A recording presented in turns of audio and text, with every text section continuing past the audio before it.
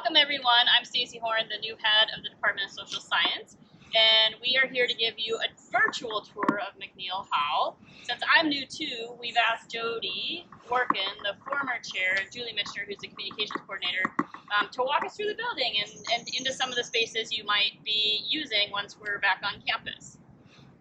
So there's a great virtual tour already of the St. Paul campus that we're going to make a link available to you, but we just wanted to situate you to where you are. So if you turn to my right, there is a pay lot, a parking lot up there, in case you need to drive and park for some reason.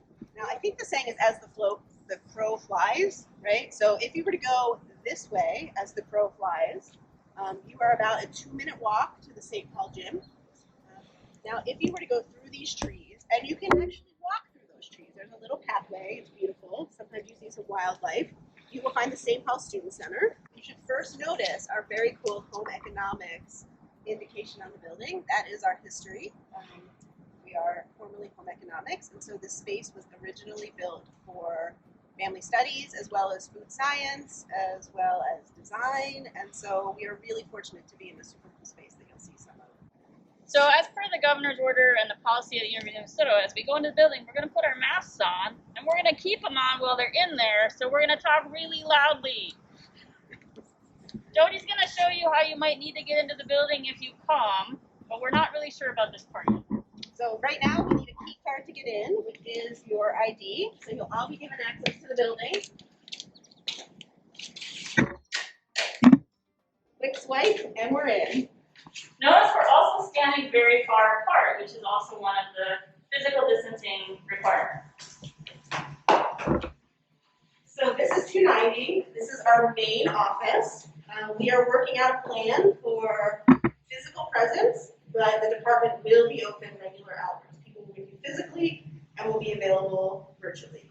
So just to orient you in the building, if you were to go behind us and down the steps, you will find vending machines. Okay? We are now going to head this way down the building, down our hallway. This entire hallway is Family Social Science, where you will find primarily faculty offices on this hallway. Just to the right, you will find Kathy Solheim.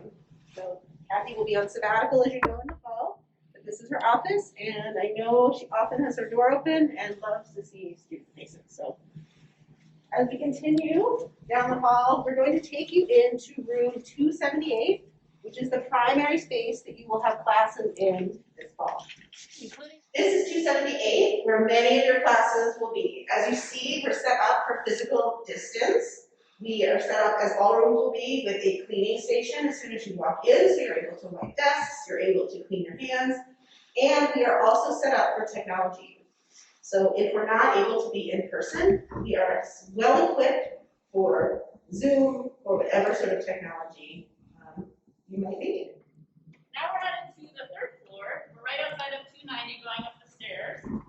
And up here you'll find the grad student computer lab as well as working space that will be available for you to work on campus, work in small groups, and get all your work done. This is 375. I know previous cohorts have sort of laughed that they just sort of go back and forth with this room because this is often where we hold our graduate classes. This semester, most of them will be downstairs because it's a slightly larger space. This is 375. As you can see, it's also set up for physical distance. It's also well equipped with technology. There is the opportunity to have some smaller classes in here, some meetings with CFT students, as well as for supervision. We are now in 377. As you see, we've also set up tables in here for physical distance. This room is often used for CFT faculty meetings as well as supervision, so it's a smaller meeting room space that is available.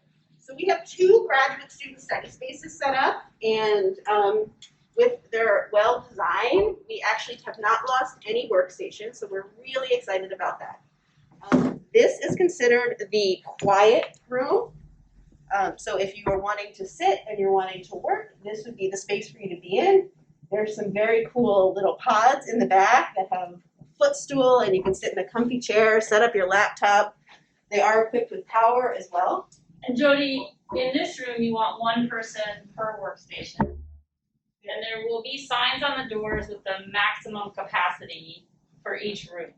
This is 376. This is a shared workspace where students who indicated they wanted some workspace in the department on the survey that went out will have space in here. So this space will be reserved for first-year students. So inside 376, there are 4 offices. There are 4 cubicles that are being randomly assigned to incoming students. There's also a larger table where you can have some shared space if you're sitting and working on something. Again, feel free to leave materials in here as long as we're working on campus. And the expectation will be that when you leave, you just keep the door locked. So we'll try not to keep doors propped open when people are leaving. That's our tour for now. We're super excited you're joining us. We know it's probably not the start to the fall semester you had wanted, but we're going to work really hard to make sure that you have a sense of community and cohort with your incoming class, as well as some intergenerational time with other grad students, because we know that's a huge part of kind of how you learn about how things work in grad school. Jody's going to be the DGS for fall. I will be available as head. Sarah's going to be around. So email us anytime, and then we'll have some time set up where people will be in the building too, in case we want to do a physically distant kind of appointment. But welcome. We're glad you're here. We're so excited for you to start on your PhD journey.